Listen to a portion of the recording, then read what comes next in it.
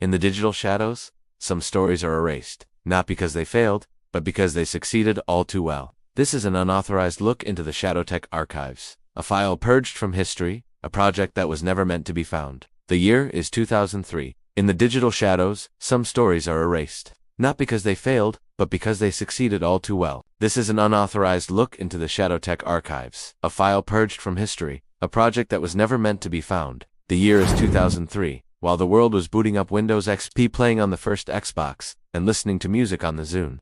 Deep within Microsoft's Redmond campus, a small team at Microsoft Research was building the impossible. Their creation wasn't a new operating system or a gaming console. It was a pair of glasses, a device with a singular, terrifying purpose: to read human emotions in real time.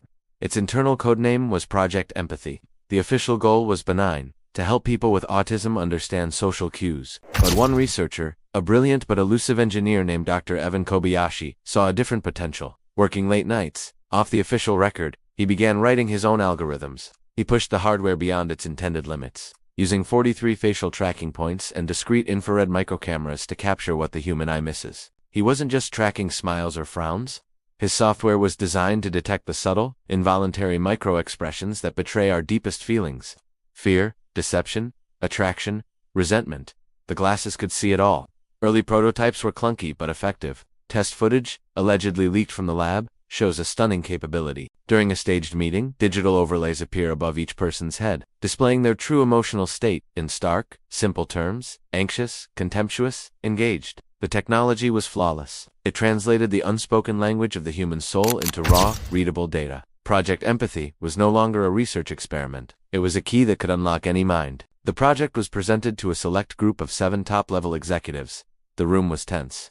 The glasses sat on the polished mahogany table, unassuming yet holding an immense power. One by one, the executives put them on. A wave of unease washed over the room as they saw, for the first time, the unfiltered emotional landscape of their colleagues. The polite smiles hid professional jealousy. The calm exteriors masked deep-seated anxiety. It was a brutal, uncomfortable honesty. The silence was broken by the vice president of privacy. His voice was sharp. "Are you recording our emotions?" Dr. Kobayashi confirmed their worst fears. Yes. The glasses didn't just read emotions, they recorded them, creating a permanent, searchable biometric profile of every person they observed.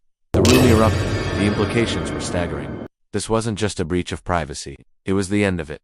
Suddenly, the door opened. The argument stopped. A silhouette entered the room, a figure instantly recognizable to everyone present: Bill Gates. Without a word, he picked up the glasses. He put them on, his face unreadable as he scanned the executives, observing the raw data streaming from their faces. After a long, heavy silence, he took them off, placed them back on the table, and uttered the 5 words that sealed the project's fate: "This can never exist outside this room." The reasons were threefold and terrifying. First, total manipulation. Imagine a business negotiation where one side knows exactly what the other is thinking. A poker game where bluffs are impossible. A police interrogation where lies are instantly flagged. The advantage would be absolute. Second, the end of emotional privacy. Job interviews, first dates, even casual conversations would become exercises in radical, and often unwelcome, transparency.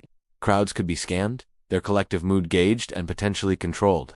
There would be no more private thoughts, no more inner worlds. And third, the potential for authoritarian abuse. Imagine this technology integrated into a city's surveillance network, creating emotional heat maps, flagging dissent before it even forms. A pre-crime system based not on actions, but on feelings. The erasure was swift and total. Prototypes were dismantled, their components crushed. Hard drives were perforated, the code deleted, and the backups overwritten 35 times. A digital exorcism. The entire team was quietly reassigned, bound by ironclad non-disclosure agreements. All patents were abandoned, and official documents were sealed for 50 years. Dr. Evan Kobayashi vanished from all public and corporate records, as if he never existed. Project Empathy was buried, but technology is never truly lost. It evolves. Years later, Microsoft would unveil the HoloLens, a revolutionary augmented reality headset. While its stated purpose is for productivity and entertainment, one has to wonder, what parts of Project Empathy's forbidden code still exist, dormant, waiting for the right moment to reawaken?